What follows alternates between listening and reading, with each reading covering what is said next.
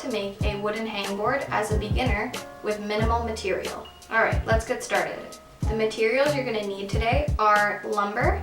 I used a 2x6. You're going to need sandpaper, or to make your life easier, use a power sander. You're going to need a drill, wood glue, screws. I used 8 by 1.5 inch. You're going to need a level, tape measurer, or just a ruler works, a pencil, gloves, drill bits, and not shown in the video, but you're going to need a saw, some rope, and a screwdriver. So first thing we're going to do is measure out our hangboard length. I'm going to be making mine 20 inches long, but feel free to measure it out to your desire. Next thing we're going to do is measure out our rung sizes. Today I'm going with a 20mm rung and a 15mm one. Next thing we're doing is cutting our wood. I'm using a miter saw today. A circular saw would probably be best for this kind of job, but the miter saw is all I had. So make sure you know what you're doing before you start sawing your wood. That's really important.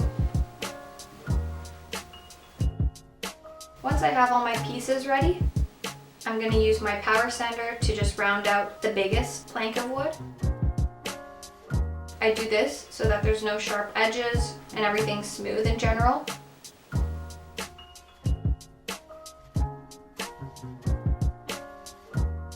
And then now I'm sanding my rungs. I start by sanding the whole rung, and then I pick which side I want to hang off of. I'm basically going to put my wood at an angle and create an in cut for the edge. This is to make things a little bit easier because portable hangboards are just not stable. So creating that in cut just makes things a little bit easier for your fingers. I run my wood along the sander at the angle until it looks even the whole way through. On the other end, I'm just gonna round out the edges so there's no sharpness or any wood sticking out. I also like to round out both edges, and this is just for aesthetic reasons mostly. And then just repeat the process with your other edge. So now we have all our wood. I'm gonna get a finer sandpaper to make sure the wood is as smooth as possible.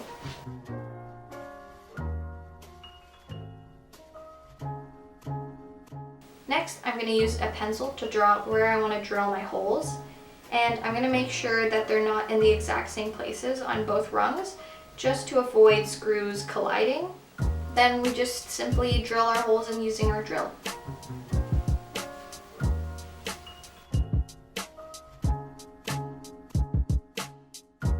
Next thing I'm going to do is glue my rung onto the biggest plank of wood.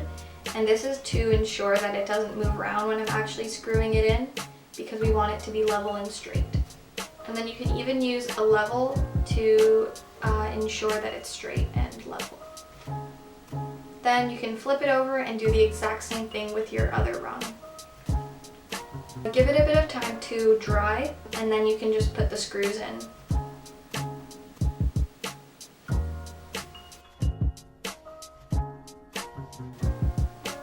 So now we're almost done. Next, I'm going to be using a bigger drill bit, and I'm going to drill 2 holes on each side at the top. This is going to be for the rope. I like to also use sandpaper on the bigger holes to get rid of any sharpness and wood sticking out again.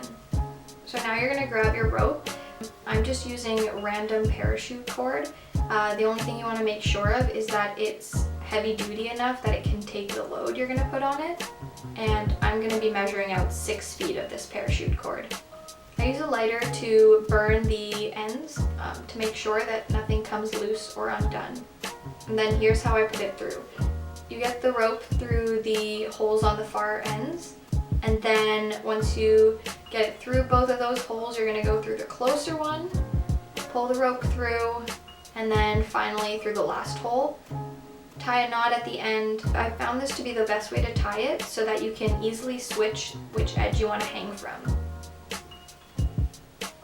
And that's that. The whole process took about an hour. It was really cheap, I think around $5 for